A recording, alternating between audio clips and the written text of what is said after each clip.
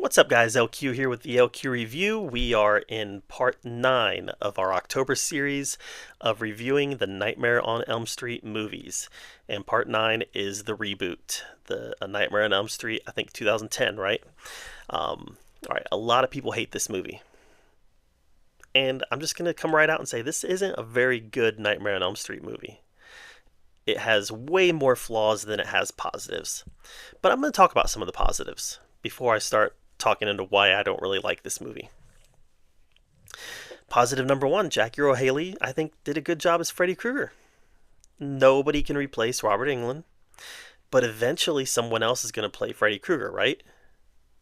They're not going to make another one with Jackie Earle Haley. This movie didn't hit.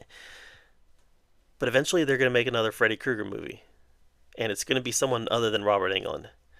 So from that perspective, the fact that nobody can replace Robert Englund, but this is a character that will continue.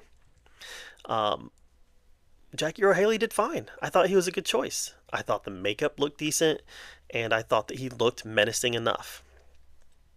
Another thing I liked was they made Freddy scary in this movie. I mean, he was not Nightmare 4, Nightmare 5, Freddy's Dead Freddy. This was early Freddy, who was definitely having fun with what he was doing, but he was scary.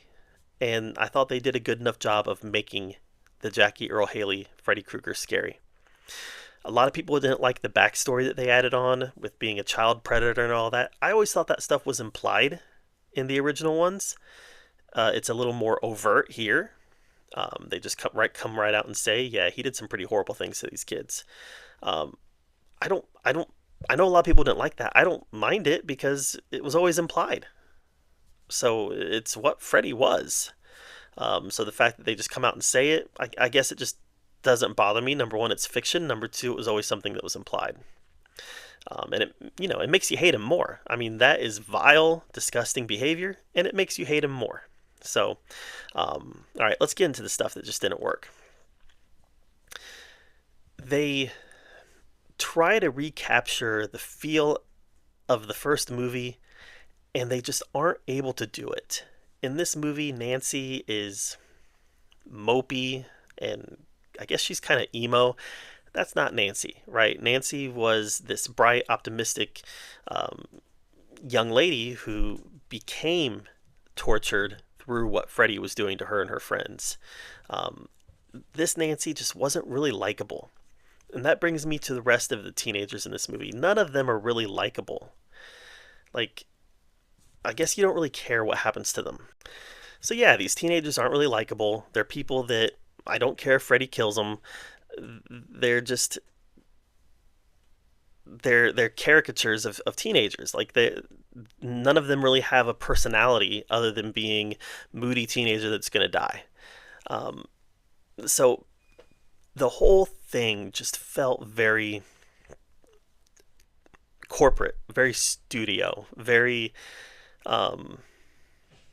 we're sinking a lot of money into this, so we're going to make sure it looks very polished and feels very polished, but it doesn't really have any heart, doesn't have any passion. It just felt like a passionless project. And because of that, it was very low energy, the whole movie. Even the nightmare scenes, it all felt very low energy to me. So, and that was disappointing. In a Freddy movie, you want it to be high energy, you want it to be fun, you want it to be scary. And in this one, I feel like they did a good enough job making Freddy scary, but there's no energy and there was no fun. So, overall, this movie definitely lacks way more than it has. And because of that, it's one of the few Nightmare movies that I would give a negative review to. But it would get a negative review, and it would fall low on my ranking. So, all right, guys, the Nightmare on Elm Street reboot. What did you think of it? Let me know in the comments down below. While you're down there commenting, subscribe to my channel, and until next time, we'll see you guys later.